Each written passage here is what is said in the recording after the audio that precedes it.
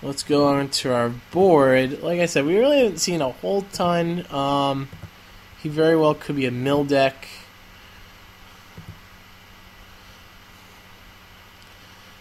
But it's hard to see what he may have in store for us.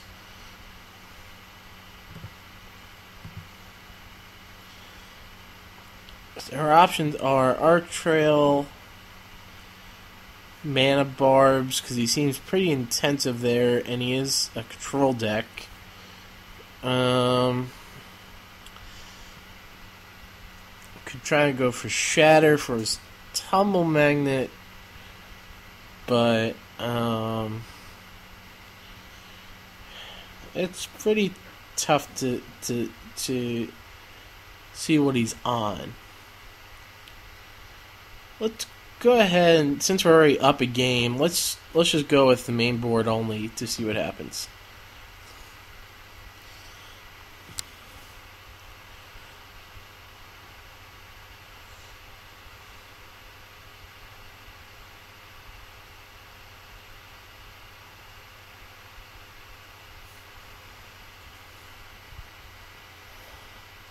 Okay, and this is a very strong opening hand.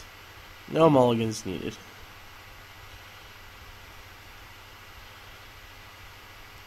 These are the kind of hands you want to see. We drew into Tuk Tuk. Now, we're not going to let him Metal Misstep for free here. Unless it's for free. So let's go ahead and pass the turn, because we can still double Goblin Guide on turn 2 without losing a lot of tempo. So let's go ahead and pass.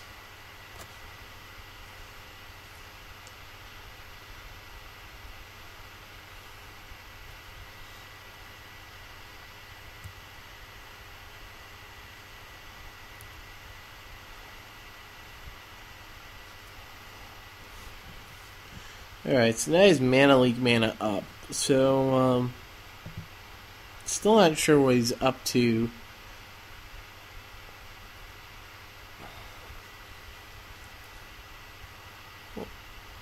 Perhaps we can go ahead and force him to burn a counterspell on Goblin Bushwhacker and see how that goes. Let's lead with that and see what happens. And it sticks.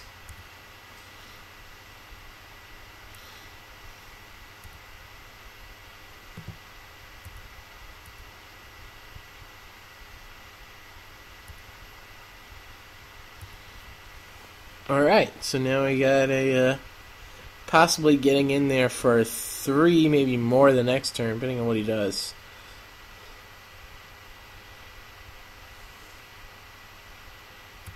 So he's got an Ether Adept, which is perfectly okay with us.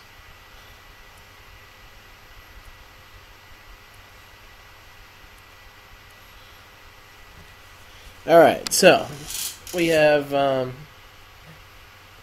some options. We can either bolt the Ether Adept, play a Goblin Guide, Teetering Peaks the Goblin Guide, get in for 4. We could also drop a Tuk Tuk and see if he blocks, which he probably won't.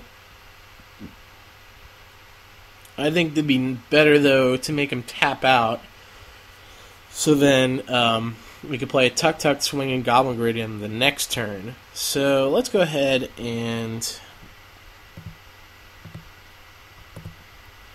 bolt his Ether Adept. Okay, so that kind of indicates to me that he does have Mental Misstep, because he would have paid 2 to save his Ether Adept, would be my guess. Or he's waiting for Goblin Guide, which is very possible. And Goblin Guide sticks.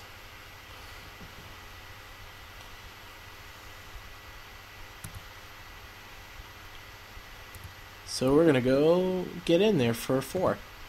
Hiya!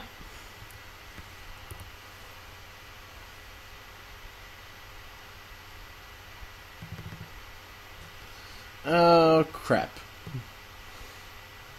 Oh no, we didn't miss a land drop. I apologize. I thought we did.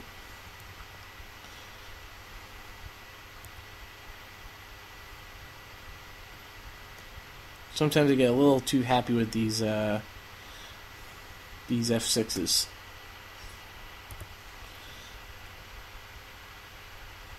Alright, so this is an interesting top deck, getting a little Ember Hauler action going on.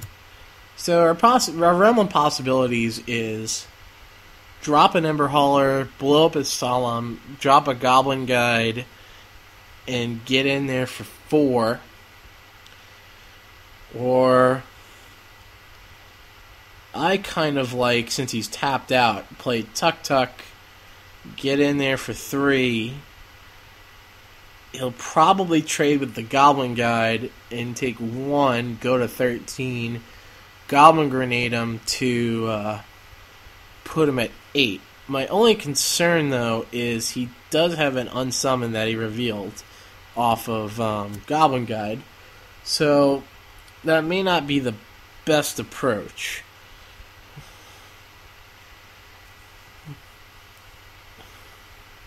What other possibilities do we have? We could drop another Goblin Guide and a Bushwhacker Kicked, and then we'll be getting in there for 8. He'll have to trade with a Goblin Guide so he takes 5 and put him at 9, which wouldn't be too bad of a deal, and force him to use his unsummon on something else. So I like that plan. Let's go ahead and Goblin Guide. Let's go ahead and Bushwhacker Kicked.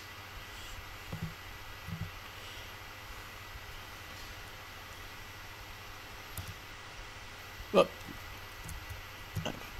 Sometimes I accidentally hit F1 instead of F2. Sorry.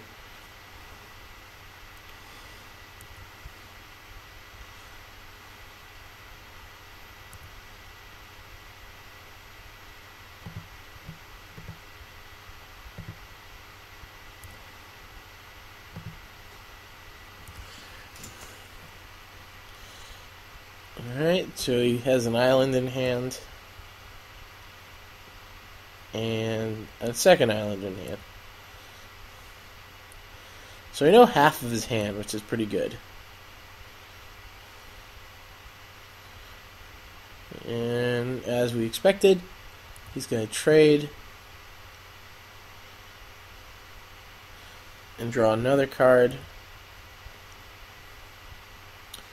Now, I'm a little weary about Goblin Grenading here because we are ahead, and he can have mental misstep, and paying 2 to prevent 3 really isn't in our best interest. So let's go ahead and drop the Arid Mesa and ship the turn back.